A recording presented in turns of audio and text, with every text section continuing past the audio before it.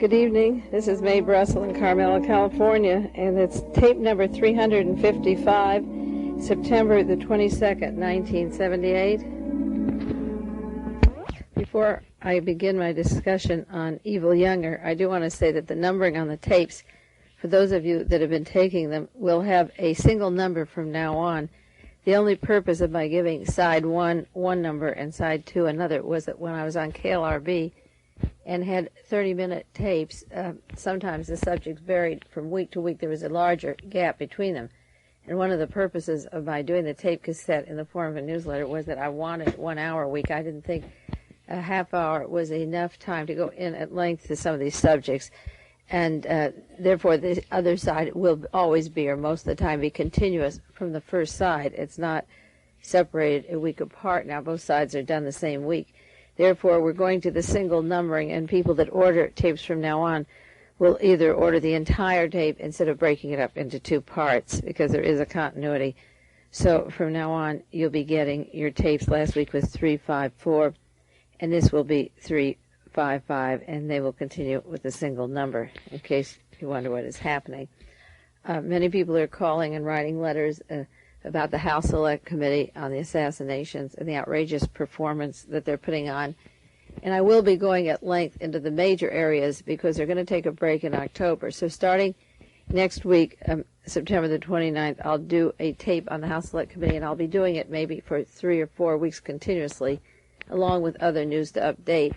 And I hope that you will make copies of these tapes and send them to the members of the House Select Committee and to the news media and to various radio stations, and use it for talk shows and call in and begin to expose the criminal activity of those people before they go back into their final months. They'll have public hearings in November, December, but they already are writing their report to say that Lee Harvey Oswald did it alone, and James Earl Ray shot Martin Luther King alone, and so that these hearings are just public show, and they're very disgusting, and we'll take them point by point.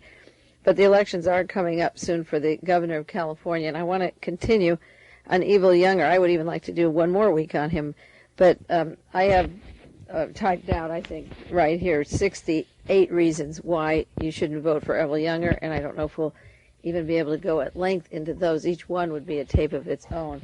So we'll roll along now and get back to E. Younger. The tape you had last week talked about his desire for death penalty, where criminal conspiracies and assassination patsies can be wiped out.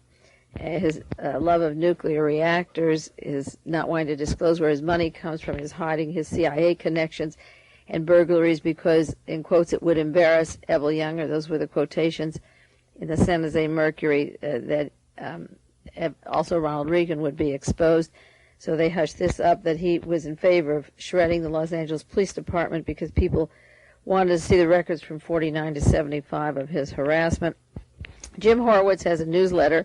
I gave it to you once before on a program on one of these tape cassettes, but those of you who don't have it, I'll give it again with the printed sheet here, where you can write an analysis of Evelle Younger with his organized crime and criminal intelligence branch. There was an article that just came out last week exposing that organization, that in 7 years since he formed it, they haven't gotten one major person from the mafia organized crime. And it seems mostly it's the new version of the Red Squad that followed on the heels of the COINTEL program. And you can order this from Jim Horowitz out in California.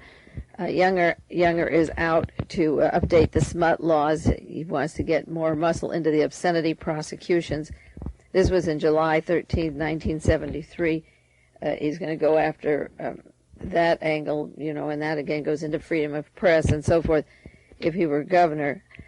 In July 1978, there was an article about Ken Reitz, the manager of his campaign, who's looking for a new tough image, as if Younger couldn't get tougher than he is now. In June of this year, 1978, Evelle Younger went to San Antonio, Texas, to the Eagles Club, and they're contributing $10,000 a year to the Republican National Committee. He already makes $850 a month retirement from his Air Force Reserve and $530 a month as the retired district attorney of Los Angeles from 64 to 1970, and a retirement of $1,416 a month as the attorney general. He gets that right now as a salary. and then he gets, at age 65 soon, a retirement for being a municipal and superior court judge of $1,637. So he'll be getting his retirement rolling in of about $53,000 a year. Younger says he's going to give some of this to charities, and he supposedly does, but the important thing is his links to the courts. As I mentioned last week, he has a sister on the courts in Los Angeles as a judge, and he has a son, Eric Younger, as a judge. So he wields a lot of power in the family through these people.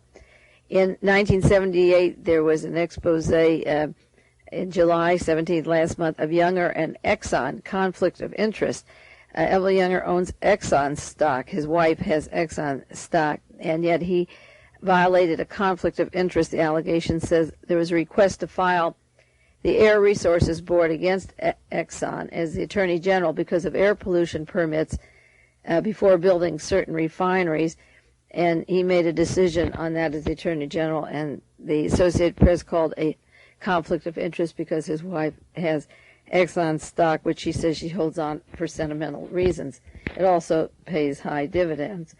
Evelle Younger was accused by a candidate in time back in 1968, I gave you that information, of destroying a confession in order to protect a particular witness, and that black deputy district attorney who was involved in the case died suddenly of a heart failure. Evelle Younger has been attacked, not sharp enough by Mr. Brown, our governor. I wish Jerry Brown would be harder, but just last week, or rather last month, he accused him, in quotes, of not wanting to debate him because he wants to memorize his lines like a Manchurian candidate. He said Evelle Younger doesn't want anything spontaneous, and if they have a debate, they have to be specific topics that are printed out that he can read.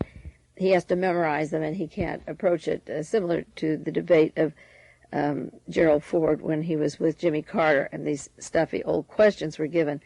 In 1971, at the height of the COINTEL program and the violence in the California prisons, he was attacking what he called a new breed of political activists, and he accused Patrick Hallinan and Faye Stander of abusing inmate attorney mailing privileges, and he attacked the new lawyers who formerly always worked very much for the establishment for helping these new prisoners and getting involved in prison problems. Faye Stander wrote a book on the prison problems, and he was attacking the fact that these lawyers were coming in and helping these kind of people. Younger began a school for narcotics, which is written up in the Horowitz newsletter. Again, I'll give you the dates on that. And he calls it the Academy of Younger's Dope Network. And again, this Dope Network leads, as I said last week, to E. Howard Hunt and G. Gordon Liddy and Ejel Crow and Tony Lasowitz and Caulfield, and the narcotics program in the White House in the 70s. It was really not a narcotics program at all, but was to get the radicals and get the left. E. Howard Hunt and G. Gordon Liddy were working on Operation Intercept, but it wasn't intercepting narcotics. It was intercepting anti-war radicals. Last week, Evelle Younger came out to predict they'd legalize pot. He said, in quotes, he would sign it into law, a bill legalizing marijuana, even though he doesn't approve of it. He said, I think the votes are there. And then 4 days later, after he said that, the San Francisco Chronicle had an article, which you probably got around the country, a wire service story, that marijuana is America's number 3 business. First General Motors, then Exxon, and then marijuana in terms of billions of dollars. $48 billion in the marijuana market. So it's very cool for Evelle Younger to come out now and maybe try to get the hippie vote, where marijuana is a huge corporate thing, and it's big profits going to organized crime, and the Justice Department and the Attorney Generals will go along with it because for all purposes they are part of the mafia. I can't see any difference. We'll go in more Mr. Blakey and his mafia connections and what he's doing with the House Intelligence Committee, but Evelle Younger says he will go along with legalizing pot, which is very nice of him, as I say, the 3rd largest business in the United States of America.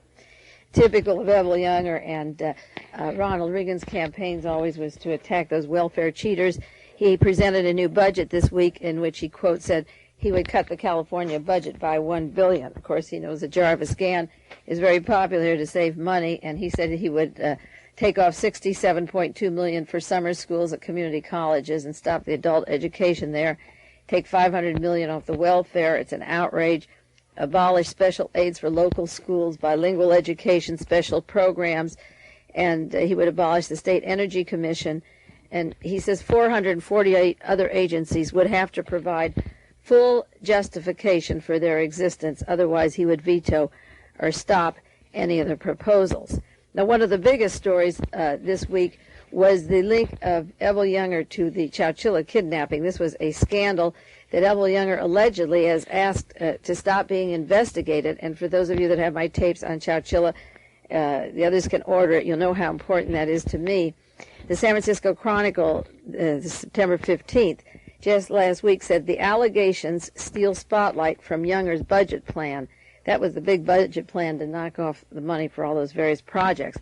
And it has to do with the handling of Evelle Younger's a suggestion for Madera County that a district attorney named David Minier, M-I-N-I-E-R, be made the district attorney in Madera County. When they were looking for a DA up there, Evelle Younger's office sent in derogatory information about another applicant for the district attorney job, and they praised David Minier in his place, and he was appointed. And I'll tell you the punchline before I go into the details. David Minier then went on to prosecute the Chowchilla case, which I had accused of being a counterintelligence operation to spread terror, to tighten the muscle of law enforcement in California, and also to detract for Jimmy Carter. The very night that Jimmy Carter, practically unknown, was nominated President of the United States, that Chowchilla bus kidnapping took place, which took all the airtime and interest away from Jimmy Carter to the bus kidnapping. It was the -- story in the media last year. And I said that the suspects were not the ones that were apprehended later, that these patsy are serving their time in jail, that it linked to the Zodiac killing. Well, in 1970, David Minier was raising money for Evelle Younger's campaign as the Attorney General in California, and L. Patrick Gray in the Justice Department was the person who had told Mr. Meyer, the U.S. Attorney, not to look into the Isla Vista matter. There were nests of political activity in California, such as in Santa Cruz and Santa Barbara, and then moving to Madera County. And this is why it's so important to follow the traces of people that worked with Evelle Younger. The scandal is that David Minier, the DA in Santa Barbara, had close contacts with a convicted dealer of LSD. And LSD played a big part in the riots and the killing at Altamont with the Hells Angels, with the Santa Barbara riots, with the Manson family. And this LSD dealer was convicted, and Minier, as a district attorney, interceded and wanted probation for him from the authorities, and asked Evelle Younger to come in on his half to help get this LSD victim who was locked up. He wasn't a victim. He was locked up in jail to get a soft sentence. Now, Minier had funded and raised money for Evelle Younger's campaign in 1970. The grand jury is now looking into the fact that Evelle Younger is covering up for David Minier. They've accused Evelle Younger in Sacramento of impeding the investigation of David Minier up there. Minier had borrowed money from a convicted LSD dealer. He had interceded with the probation authorities. Younger didn't give the information to the grand jury about Minier's relationships to the convicted LSD dealer. And then Younger recommended him in 1976 for Madera County for the district attorney, where he did go on, in fact, and prosecute the Chowchilla. Now, several men, the prosecuting men, wrote a book on Chowchilla just recently, and they were on KGO. And I called up and asked the connections of the Zodiac killer and the note that the Chowchilla men had, and would they open that up to investigation and scrutiny like the recent Zodiac note in San Francisco that has been forged or planted. And they were very angry, and they said no. And then a man called up after me and said, well, the description of the men who kidnapped the children was entirely different. One had a mole with a hair on his chin and had a tattoo, and they were older. One had a French accent, and the prosecution officials from Madera County said, well, we hypnotized Mr. Ray, the bus driver, because his story was different than the ones that we arrested. But after we hypnotized him, then he remembered what they looked like. And therefore, the young people that are locked up there are serving time because a bus driver was hypnotized and came out with a story similar to the way that Sirhan was hypnotized by Dr. Diamond to be told how he killed Robert Kennedy. Well, this Madera County Chowchilla kidnapping spree is a can of worms, and Evelle Younger has been complaining that this discussion of this is interfering with his campaign, and he didn't like that. And he mentioned it last week that this is derogatory, and he didn't want anybody to go further up there at Madera County. They asked that they drop the case. He says, drop the issue, in quotes, Younger said this week, because it would damage his campaign for governor, and that he denied he ever spoke to the grand jury foreman about being easy on David Meniere and really going into how he got appointed in the first place. Well, the Chowchilla inquiry should be opened up, and the OCCIB, that's California's own political police force that I talk about, Evelle Younger's Red Squad, could be linked to the Chowchilla kidnappings. And I was very excited when I saw those links of Younger to Meniere, to Madera County and Chowchilla, because I know that there's a big, big story behind that, and that has been suppressed for too long. And someday, what I call the California Violences Syndrome will go back to the CIA, the Defense Department, and offices of Evelle Younger's. And of course, one of the major things that I clued into Younger was the covering up of the Robert Kennedy assassination. In 1972, there was speculation over who would be the heir to the White House appointment of the FBI agent, and the San Jose Mercury suggested such men as Robert Mardian or California Attorney General Evelle Younger, who had links with the key White House law enforcement. Now, this is important to have these tapes that I'm doing for you on Evelle Younger, because if he doesn't become governor of this state, he will get an appointment as either a Supreme Court judge, having been municipal and Superior Court, or he will be head of the FBI. Someday he's going to get a major appointment if he doesn't win the governorship, just as Mr. Bush in Texas lost in the campaign for governor, I believe it was, or running for Congress, and then was appointed director of the CIA, and now says he wants to be president. What I'm running down here isn't enough for a good argument for you, but I have articles and research on each one of these things, and when the appointment comes up, each of these things should be brought up. And of course, we should investigate how Evelle Younger set up in 1972, Marge Buckley was running against Evelle Younger for political office as a member of the Peace and Freedom Party, and she accused Evelle Younger of acting in blind obedience. She had an article in the Los Angeles Star that said Evelle Younger should not act in blind obedience, that he's overlooking crimes by public officials. And there was a particular case where a policeman barged into a home and murdered an infant in the crib, and she accused him of covering it up. And of course, later then he wanted to shred, or approved of shredding, the police files where they'd been charged with these various crimes, and he didn't think it was important to keep these files around. So he covered up the investigation, and then later said it was perfectly all right to burn the complaints and get rid of them. No police were ever prosecuted or exposed for these activities, and the man in charge of the law enforcement in the area, the district attorney, was an apologist always for murders and harassment of minorities, Mexican Americans, Black Panthers. It was in March of 1973 that Evelle Younger felt the sting of Watergate, and that might affect his political career, and he thought he would stay away from that for a while. That Watergate would hurt his chances for running at the time. He said in quotes, "The whole story of Watergate bugging has not yet been told. The situation will certainly hurt not just my own candidacy for governor, but all Republicans." And he said he felt sorry for acting director of the FBI, Patrick Gray III. And then when Watergate broke with the secret funding of people handing politicians money under the table and over the table, he said in quotes, "I will never again use the EJY Club for fundraising." He had used it since 1940, the Evelle J. Younger Club for funding, but when Watergate broke, he thought he would bow out a little. Watergate didn't taint him. I thought it would. The Squad 19, the Lewis Tackwood allegations. I really thought that Watergate would hurt Evelle Younger, but it didn't. People are stupid, and they get lazy, and they let a man like this continue on his political career, which is going to go up and up and up and up. And you should consider men like Robert Mardian was suggested as FBI director. He was caught in the National Archives at the time of Watergate with G. Gordon Liddy watching pictures of the Gestapo, of Nazi concentration camps. Liddy speaks German, identifies with Adolf Hitler, I believe has praised Hitler, and these men probably were learning techniques or whatever down in the archives, and Robert Mardian asked to be tried separately from the Watergate defendants. I don't even believe he lost his law degree or got a slap on the wrist. He was completely cleared, and goodness knows what mischief he's up to today.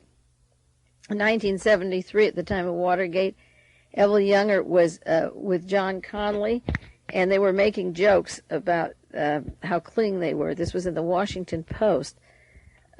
This is September the 10th, 1973. Younger was kidding about having not one scandal in his past, in quotes. I don't do any cheating, no stealing, no boozing, no bugging, no phone tapping, no running with women. I'm a good driver, but a mediocre swimmer. And he was making fun of Ted Kennedy and Chappaquiddick. He didn't talk about wiring Tony Pewitt with sound to frame Dr. Rundell, we talked about last week, or wiping up the alleged murder charges of Cesar Chavez because they linked to his narcotics squad working in the Treasury Department that later surfaced at Watergate.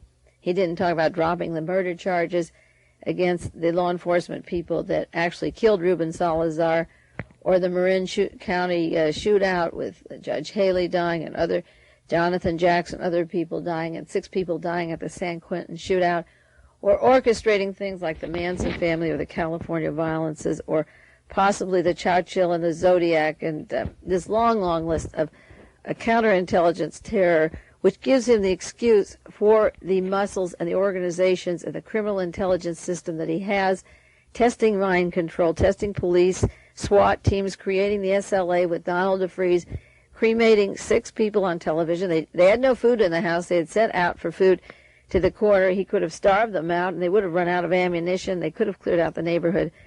Evelle Younger has the nerve to say he doesn't have one scandal in his past. Can you believe that? Of course, this was in 73 before he cremated the people, the SLA, down in Los Angeles. But the other things had taken place, these prison violences and a lot of the violences. And he's making fun of Ted Kennedy. And for all purposes, we don't know the role of his agents in that operation.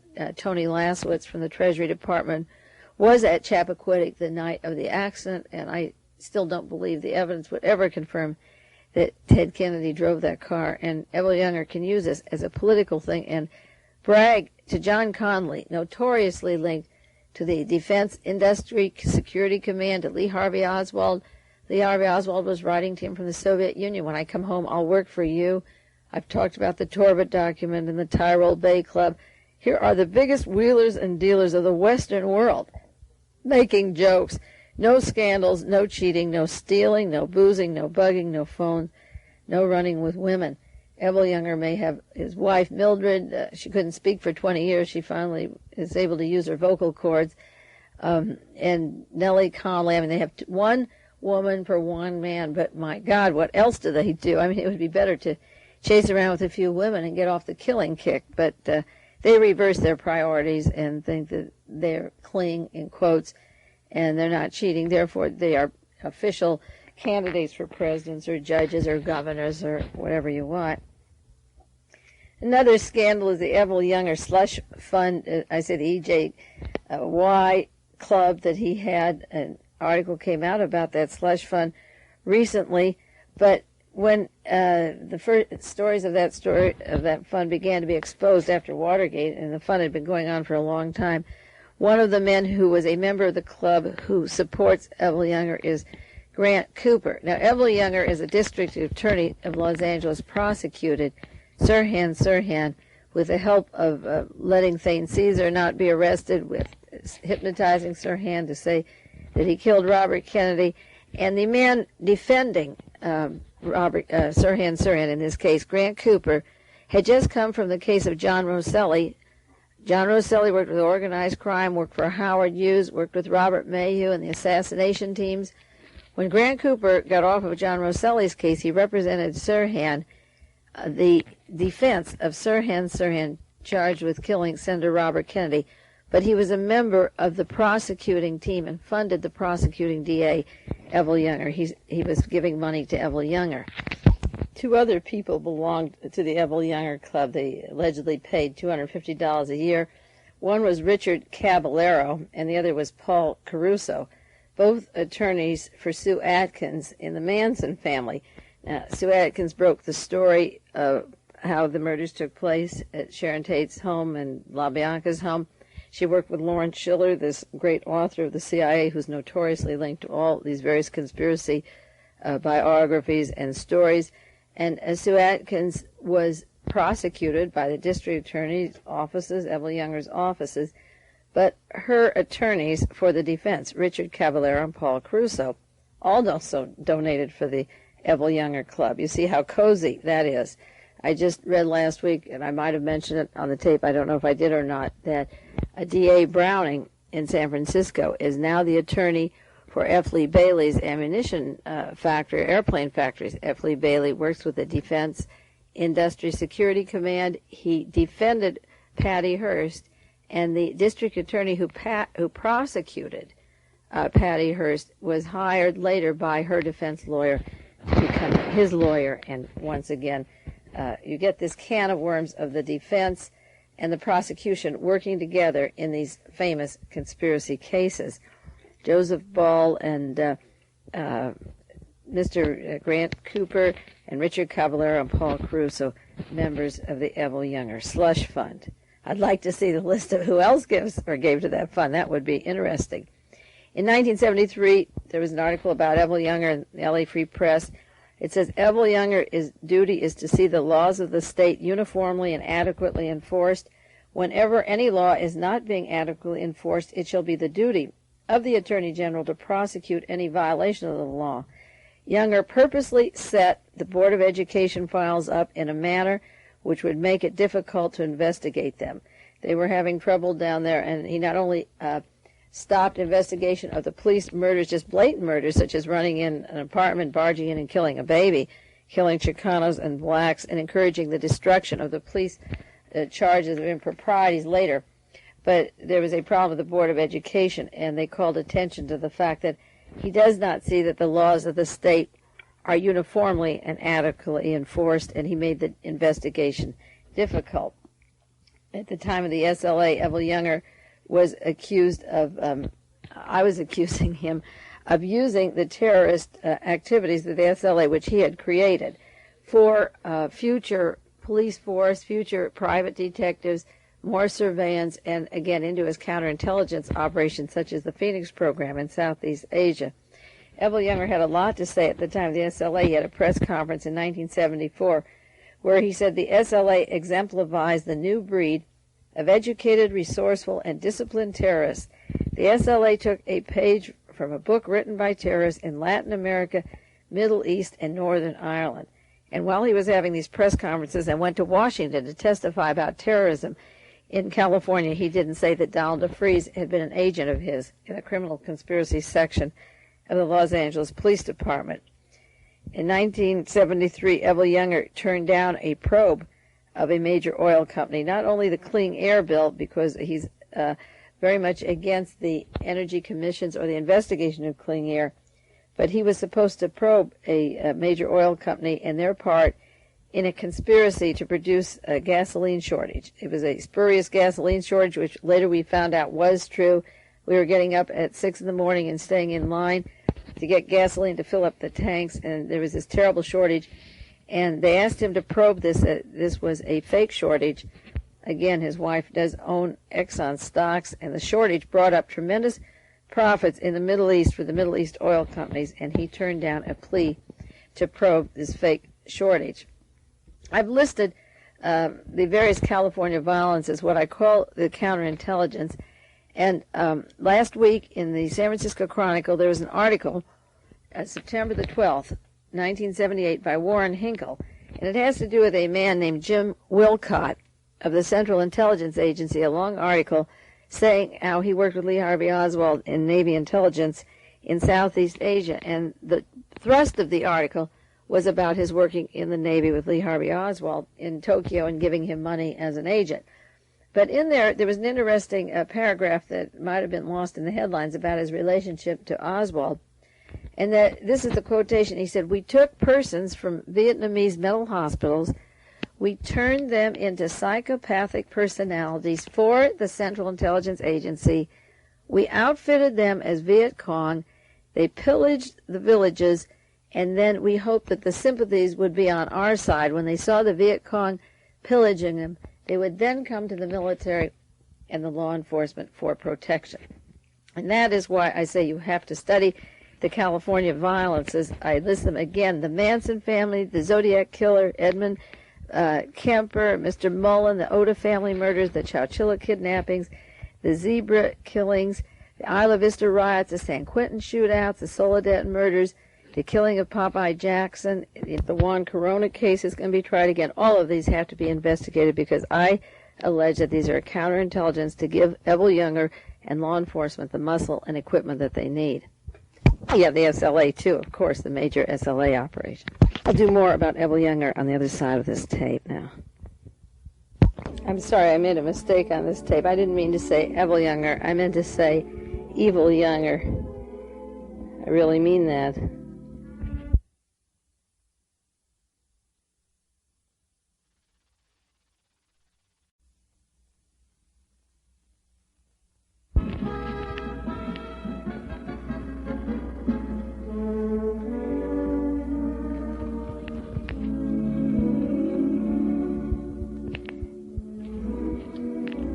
Good evening, this is Mae Brussell in Carmel, California. This is tape number 355, side 2, more about Evelle Younger if you can stomach it. It's very difficult for me to talk about this man objectively without getting so angry, because for one reason I know people that have been hurt by this man, such as Elmer Davis, who served 3 years in Folsom as being the person who allegedly robbed Dr. Lewis Fielding's offices, and he hadn't done it at all, and then he was beat up and kept drunk and drugged, and the White House plumbers got off on that, and nobody really was charged, even though a man served time, and the Beverly Hills Police, along with the Los Angeles Police Department, had picked up a patsy, and he'd given 3 years of his life to that. And also Hugo Pinnell, who I know and have corresponded with years, a victim of Evelle Younger's injustices and violence. Now, I'm talking about a man who's running for the governor of California. It could be that you have a governor in every other state who's just as bad or worse than Evelle Younger.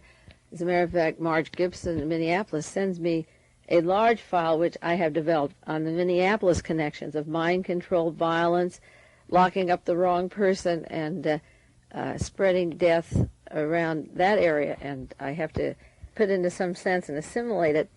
I'm sure that if you investigate all your senseless murders in your own particular states and the district attorneys or governors who are running them, you just might have a parallel. But I doubt if you could parallel the area, as I said on the tape last week, California, the first parafascist state, managed with J. Walter Thompson's account, with clients such as the Mormon Church and CIA fronts and conduits to select presidents, White House staff.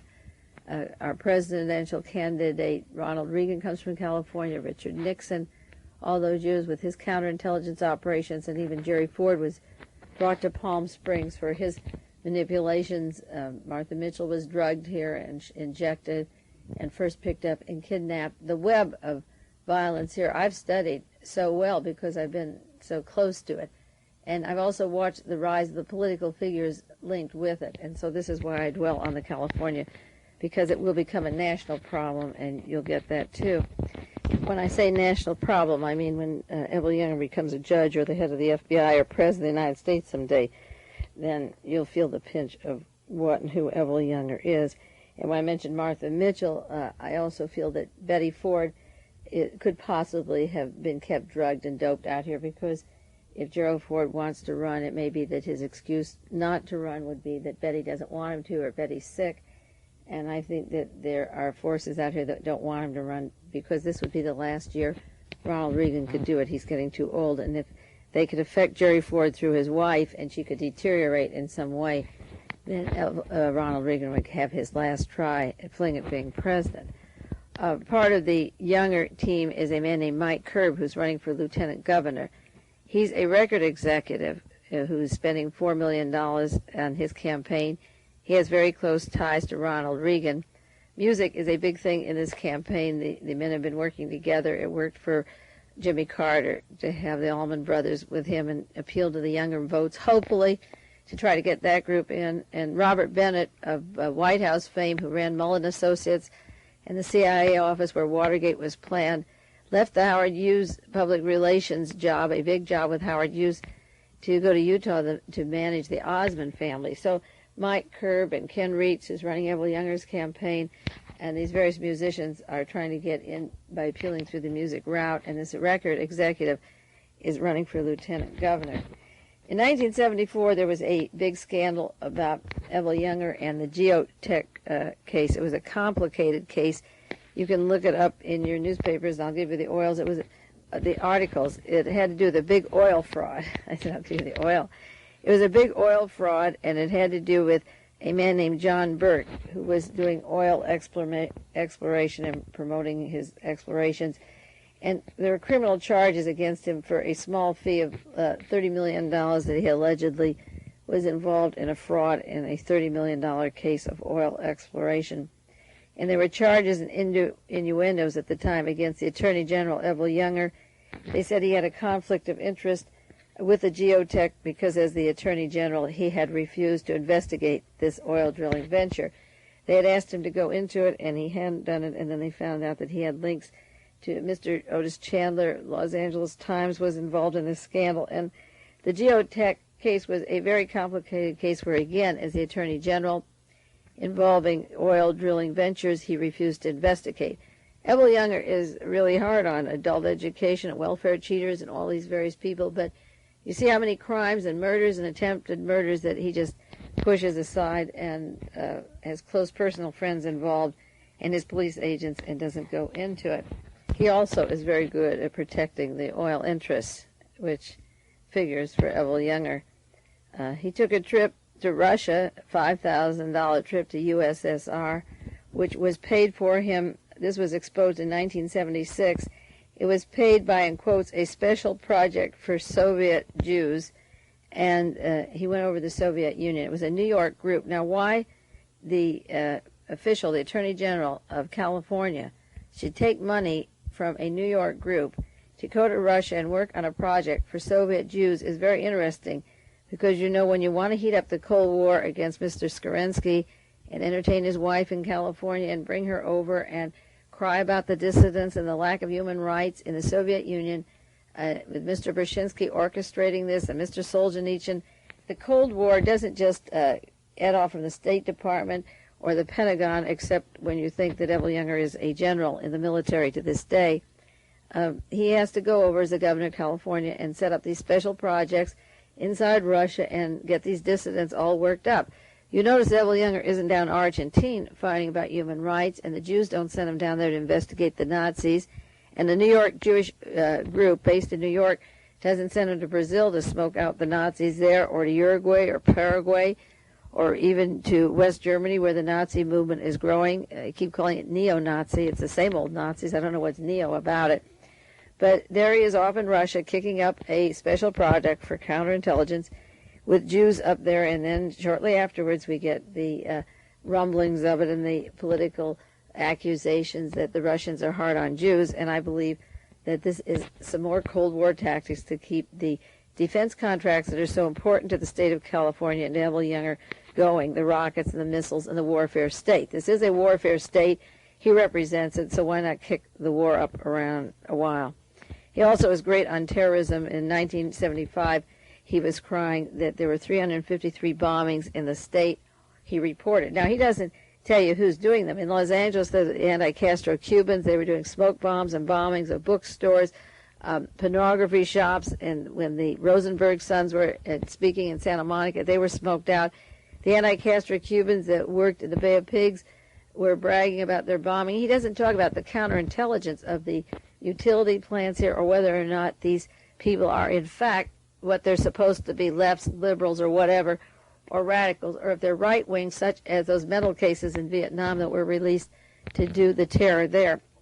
He uses these bombings without knowing where they're prosecuted, who did them, where they came from, where are the political activities of these people, and what evidence is there that they're not far-right intelligence? I believe they are.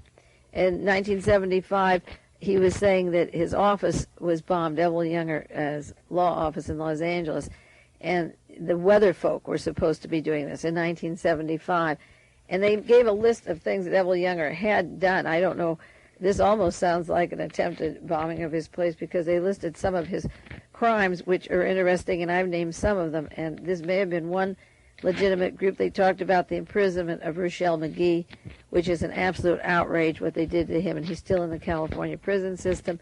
They accused Evelle Younger of terror in California with police and prisoners, that he was the architect of brutal police occupation in the ghettos and barrios, that he was responsible and covered up the murder of Ruben Salazar, that there were police murders of blacks and Chicanos, that he was responsible for the murder of Philip Johns, who was executed in bed in Inglewood, the murder of John Baldwin and Third World people, that he conspired with the federal government to deny human rights. This was a list of complaints in the newspaper that might have been one of the real legitimate things about Evelle Younger. Otherwise, they would be just bombings without such a complete list. They accused him of conspiring with federal officials for murder and denying human rights, of attacking and destroying the Black Panther Party, of murdering over 20 Black Panthers in Los Angeles by the Los Angeles Police Department. They accused him of having 300 officers surround the Black Panther Party December the 8th, 1969, for a shootout, of encouraging U.S. Attorney General William Saxby, and the LAPD of cremating the SLA. They referred to him as an international hangman, an Air Force Major General, part of counterintelligence, a specialist in the Southeast Asia, and an FBI agent. I took this from an article from one of the newspapers in Los Angeles, either the LA Star or the LA Free Press was out at that time, and they listed him with his attempts for state concentration camps, turning California prison system into the largest in the United States. They said the United States has more prisons than all countries in the world combined, and gave the figures 2.3 million people are behind bars, and most of these prisoners are third world people. Now that's at the time that Evelle Younger's office was attacked in 1975, and these were the charges that were printed in the newspaper. Evelle Younger, of course, came out in 1974 and responded to the shootout in Los Angeles at the SLA. He said, in quotes, that the 4 women and 2 men had tremendous firepower of weapons, that they were lethal up to a mile away. I doubt if the SLA had weapons that would have killed a mile away, and therefore they had to be murdered. He went on, as I say, to Washington and cooked up the hysteria of the violence, and didn't talk about Donald DeFreeze working for R.G. Farwell with the Los Angeles Police Department Criminal Conspiracy Section formed by Evelle Younger. In California Assembly, they cooked up the story that the various assemblymen, Mr. H.L. Richardson and George Demichian, were under special protection, that their lives were in danger. And Evelle Younger ordered bodyguards for them. I doubt if anybody would even throw a stick at them, but he was fomenting this great thing that terrorism was going to take the streets and take the country, and that he would have to defend us, just like the Southeast Asia program had to protect our people and the villages against the Viet Cong. In 1973, Evelle Younger was defending the California prison system, which was racked with violence. He said the purpose isn't to rehabilitate criminals, it's just to keep the bad guys away from the good guys, and it's not to serve as rehabilitation. I think that it's pathetic that bad guys start out as little babies, little men and women in homes, poor, families broken, narcotics pushed into the ghetto area, encouraged with crime, educated by television violence, police shows, murder, drugs, alcohol everywhere, and then he comes along and decides who are, in quotes, the good guys, and will keep the good guys away from the bad guys, and that's what prisons are for. That's what Hitler said, and that's what Younger wants. Of course, and Evelle Younger got promoted he got a 2nd star during this time period to a Major General in the Air Force Reserve. He's in the Air Force Space and Missile Systems Organization headquarters. That's where they honored him, the missile system, which again links to DISC and the Nazi Werner von Braun organization. He's a Major General, 2nd star in the United States Air Force. Eville Younger, tried to block medical suits, people suing for malpractice. He stood up for the heavily lobbied medical interests, the doctors, the wealthy group that, of course, support these politicians. They're the new millionaires, practically, the doctors in our society. And he asked to fight changes and reduce malpractice suits and medical suits. He was speaking at the LA County Medical Society in 1974. In 1976, Eville Younger antagonized the Chinese community in San Francisco and had to apologize to them. New York Times had a story that he says he goofed. He disseminated information and quotes that a confidential criminal intelligence bulletin warned law enforcement agencies of Chinese fraternal societies, saying they were involved in heroin smuggling, and he called them a triad, the mafia of the Far East, and various Chinese societies that are ancient and established accused them of being racist and violating their civil rights, that they were not heroin dealers or smugglers, and the group he was talking about were not what he says they were. He's good at antagonizing the Mexicans and the blacks and the Chinese, and he had to eat humble pie and say that his office goofed in their information. Eville Younger was charged with a $24 million lawsuit, which was, of course, dropped by Charles Manson, and he claimed that Eville Younger and Bugliosi, Vincent Bugliosi, who prosecuted him, released information that was untrue about Manson's plan to murder numerous celebrities, that he didn't intend to do it. And this again goes with the counterintelligence. They lock him up and say, we've saved you from this terrible killer. Actually, Charles Manson hadn't killed anybody in Sharon Tate's home or the La Bianca home. And they never talked about Charles Watson doing the murders. But Manson, for one moment, tried a lawsuit against the prosecutor and the DA. This time they became defendants, but nothing would come of that. And then Eville Younger not only asked to stop the malpractice suits, but he hit lawsuits filed by state convicts. This was in 1973 in lieu of a lot of violence, and some of these suits were later won against murders in the prison system and the shootouts there. Various families have won these suits. There were at least 1,000 suits filed by 1973, and Eville Younger says these suits only raise the specter of court interference with the administration of justice. These suits don't have anything to do with their trials, but the violation of the rights of prisoners, and they were being treated like animals, and some of them still are, but the conditions were terrible then. And he hit these lawsuits that the convicts shouldn't be able to have suits because their rights were violated. And their trials were a complete frustration in the first place. And a lot of their violence and organizing the United Prisoners Union was to get themselves out of being locked up, such as Geronimo Pratt and Elmer Davis and Hugo Pinnell and Rochelle McGee. These are living victims, and many of them are dead. As I say, 20 Black Panthers and many, many more are dead. But they knew they were in there falsely and falsely accused, and so they began to organize, and then they had lawsuits about their treatment. And he hit these lawsuits of the state convicts. There's a quotation of Eville Younger in 1974. This was in the San Jose Mercury, July 22nd, 1974. The Attorney General is accused of saying that politics is above the law. And they quoted Eville Younger, who said that Richard Nixon can violate a court order, that he is the President of the United States. And Younger said, since when does every person that dons a robe, referring to Judge Sirica, become all that powerful? Richard Nixon is independent of the courts. He is President of the United States. Now, I run really fast on the point of Eville Younger, but let that sink in as he becomes a president someday or a justice. When he says that the president is above the law, he's independent of the courts, he's President of the United States, I can't emphasize too much that the Gestapo is leaping at us and that it's important. Incidentally, in California, you have 3 more weeks to register to vote, and you better get out and vote on this issue. Now, we're getting a smell of Watergate and the Younger campaign. There's some money missing, and this reminds me of Congressman Mills' campaign and when he was found dead in Maryland. There's an article, this was May 17th, 1978, Mysterious Campaign Fund, where is it going? John Briggs was running in the primary for the governor against Eville Younger, and there was $858,000 raised. And by their own admission, Briggs took less than $1 out of every 8 that was spent. And the remainder has gone into fighting homosexuals, getting the death penalty, and so forth. Now, they can't determine where the other money went. And the question came out in the mysterious campaign fund. Is Evelle Younger going to investigate this? Is this money going to Evelle Younger to run for governor?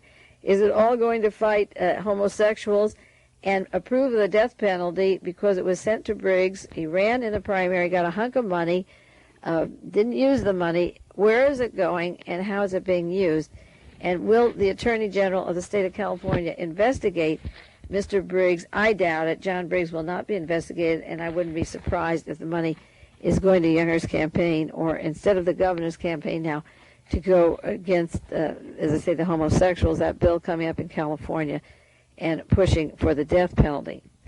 Now, Evelle Younger claimed in 1975 that we should not expose any illegal activities of the CIA, that to expose them, dig this, causes violence. This was in 1975. Younger said there will be more acts of violence, that when you disclose efforts of the CIA that have been made to gather intelligence, you make it more difficult, and then people will generally be turned off on the subject of intelligence, and that will cause violence. He doesn't talk about the violence of the Phoenix program, the overthrow of countries, the CIA in Iran right now, in Nicaragua, and certainly in the United States too, the riots in Chicago, and the various counterintelligence activities we felt. Evelle Younger says that when you expose the CIA, you cause violence, and certainly we wouldn't want that. You know how peace-loving he is. Evelle Younger proposed as the Attorney General that he would hamper the defense attorneys for poor prisoners. I mentioned that at the beginning of this tape. On the other side, that he was interfering and suggesting that Faye Stender and Mr. Hallinan were upsetting the prison apple cart by not wanting letters intercepted and working with the prisoners. And in 1972, he wanted to curtail these political lawyers. So this is what he suggested doing. He not only attacked them through the media, but he had a proposition that was written up in the LA Free Press. He suggested that the Attorney General should stop the dissenting political lawyers by cutting down the number of their defense motions. And Senator Domitian proposed making it mandatory. This is what they wanted, and they would get their way if he were the governor. Make it mandatory that every attorney handling criminal cases should be certified by the state. That means that every attorney in Nazi Germany defending a person with a murder charge or a criminal charge could not even be a defense attorney unless the state prosecuting him let him be that attorney. They suggested that 1/3 of all law practices would have to be devoted to criminal law cases in order to handle a criminal case, and that you would have to try at least 20 criminal cases involving jury trials in the last 5 years preceding your application, 10 of which are felony trials. Well, there's a catch-22 here. You can't handle these cases unless a percentage of your case are criminal cases, and you have to have at least 20 criminal cases with jury trials in the last 5 years. Well, how do you start with the first one, building up 20 to qualify? That is outrageous, and that was the suggestion of Evelle Younger's team and Mr. Domitian, the gentleman pushing the death penalty in Sacramento, and working very closely with Evelle Younger with the story of terrorism and counterintelligence. There was a cartoon of Evelle Younger in the newspaper this week, September the 15th, 1978, in the Los Angeles Times, and it's a cartoon of Evelle Younger, 3 pictures of him, the 3 monkeys, only it says, "Speak no Evelle, speak no Evelle, speak no Evelle." And it said, "Younger stalling on debates with Jerry Brown." In this case, he actually sees no evil, hears no evil, or says no evil if it is a part of his counterintelligence operation. And that is important because Evelle Younger is keeping hush on, of course, on these charges, but I can't figure out why people who know better aren't on the radio talk shows or calling Sacramento and doing something about this campaign of Evelle Younger's. Again, in October 1974, Patty Hearst was kidnapped in February 64, and she wasn't found until 75. But the district attorney in San Francisco, who was to prosecute her, who is now the attorney for F. Lee Bailey, his name is James Browning. He was a U.S. attorney in San Francisco, and he was investigating allegations that Attorney General Evelle Younger had committed a possible impropriety that was charged to him by his political opponent, William Norris. That was the charge that I said that Evelle Younger was covering up the geotech scandal, for one thing, where 2,000 investors had lost more than $30 million. And these charges came out that he was covering up. And D.A. Browning was the prosecutor in San Francisco, and he cleared the Attorney General of these cases. And then he later went on to prosecute the Patty Hearst case, which involved a man that worked for Evelle Younger, Donald Freeze specifically, and maybe many more other people from CCS, Criminal Conspiracy Section in Los Angeles. So there was this close relationship of D.A. Browning covering up Younger's alleged crimes as the Attorney General in the geotech case, and then D.A. Browning becomes famous as the prosecutor of the Patty Hearst case. The kind of counterintelligence I refer to when I talk about mind control and hypnosis and California violences or killings came out, or just an example of the kind of thing I'm talking about, came out an article in the Washington Post several years ago about a rapist in Virginia who was charged twice convicted sex rapist. This is in the Washington Post, was permitted by a Fairfax County judge to undergo hypnotic treatment if he would go to a private facility in California. And Michael Dorn, his name was, and he lived in Washington, D.C., and then he was sent to Orange County in California, where later he was charged with attempting to rape a 25-year-old teacher in a laundry room of her apartment building. In Washington, D.C., he had pleaded guilty to charges of raping a 13-year-old girl in McLean, and he had done assault and oral copulation in another case. But the condition of his not being kept in Virginia as a rapist was that he be allowed to come to California to work with Dr. William Jennings Bryan. That's a cohort of Evelle Younger and Ronald Reagan out here, who directed a facility and treats people who are on probation by the California Board of Medical Examiners. And he has an institute in California, a hypnosis institute, where he keeps people. And one of the conditions of this rapist, twice charged rapist, was that he could get off the rap in Virginia if he could go to California and be under the treatment of a Los Angeles hypnotic treatment center called the American Institute of Hypnotism. So they sent him, this rapist, Mr. Dorn, from Virginia to Orange County. And when he comes out to Orange County, he goes about his business, and he still is doing the raping and the crime. But they're using the hypnotism, and they're testing him, and they use him in California, and he works with various law enforcement people, and, as I say, works in the institute of this Dr. William Jennings Bryan, whose name has been linked to Ronald Reagan and Evelle Younger. When Dr. Bryan was contacted about his hypnotic school and about this rapist who was in California, who was committing the same crimes out in California, he confirmed that he was on probation for things that had happened evidently at his hypnotic school, but that no criminal charges would ever be filed against him because he said the district attorney just laughed at them. That's, of course, the Attorney General, Evelle Younger, could have investigated this matter and many more matters, such as at the time of the investigation of mind control in the CIA, the use of UCLA for planned electrodes into the heads of prisoners, and the links of Evelle Younger and the state and the Los Angeles Police Department to the UCLA Neuropsychiatric Institute on the causes of violence.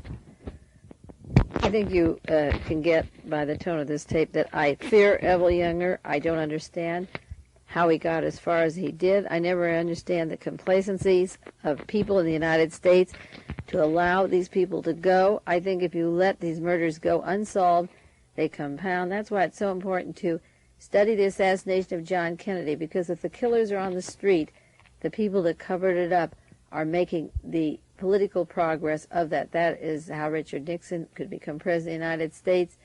After Lyndon Johnson, what he knew about the assassination teams, he could manipulate himself into office. His opponent, Robert Kennedy, was dead on the eve of his primary, and we have Gerald Ford of the Warren Commission become president of the United States. Leon Jaworski, who covered up the Nuremberg trials, the Warren Commission, the Watergate, the Senate Select Committee, will go on to become an important jurist still in the future to do more cleaning up the mop man. As I said on the tape last week, I first became familiar with Evelle Younger as district attorney in Los Angeles in 1968 when Robert Kennedy was assassinated. That was the first time I took note of him. I had no court history cases as a municipal judge or superior court judge. But when I saw what he did to Sirhan and what I saw take place in the Los Angeles courts after the assassination of John Kennedy, to see this cover-up and the way it took place, I began to save every article I could on Evelle Younger, put them in my file. You probably wonder how I could collect all this material on Evelle Younger, all these various dates and articles, to create this profile and personality of him. But when I saw him cover up those murders, then I began to watch the murder in Los Angeles of Robert Kennedy. Then I began to watch his career and save articles about him. And I knew his political star would rise, and that in exchange for what he did to Sirhan and how he allowed Thane Caesar from Lockheed to never be prosecuted, he would be very useful as a team for the military and the FBI and the CIA. And so I began my Younger file in 1968 and saved as many articles as I could on him. And as you see from this tape this week and last week, I have a lot. I just hope you use these tapes. I hope they just don't sit in a drawer or a file. I went pretty fast on the information. If there's any more you want, I can do an entire program on any one of these subjects. Just let me know. But I think we should do something, and I think we should do it quick. I don't know what. I'm giving you the information, and I'll leave the rest up to you. But certainly go out and vote for governor. And I began the tapes on Younger by saying that Jerry Brown isn't perfect, but you still have to go out and vote. It's terribly important. This is as important as the election when Richard Nixon had Spiro Agnew as vice president. It's that same murderous counterintelligence team that has to be voted against. No matter how bad the other candidate is, you have to vote against that, or you will live to regret it. Someday soon, I'll do an entire tape on the counterintelligence links of the Manson family operation to the Kennedy assassination, the CIA, the media, organized crime, the Texas connections, the California Young Republican connections, and show you how that story is webbed together. Next week, we'll get to the House Select Committee on the assassinations and do a critique of those bastards and talk about the crimes that they're committing, equal to Evelle Younger's by far.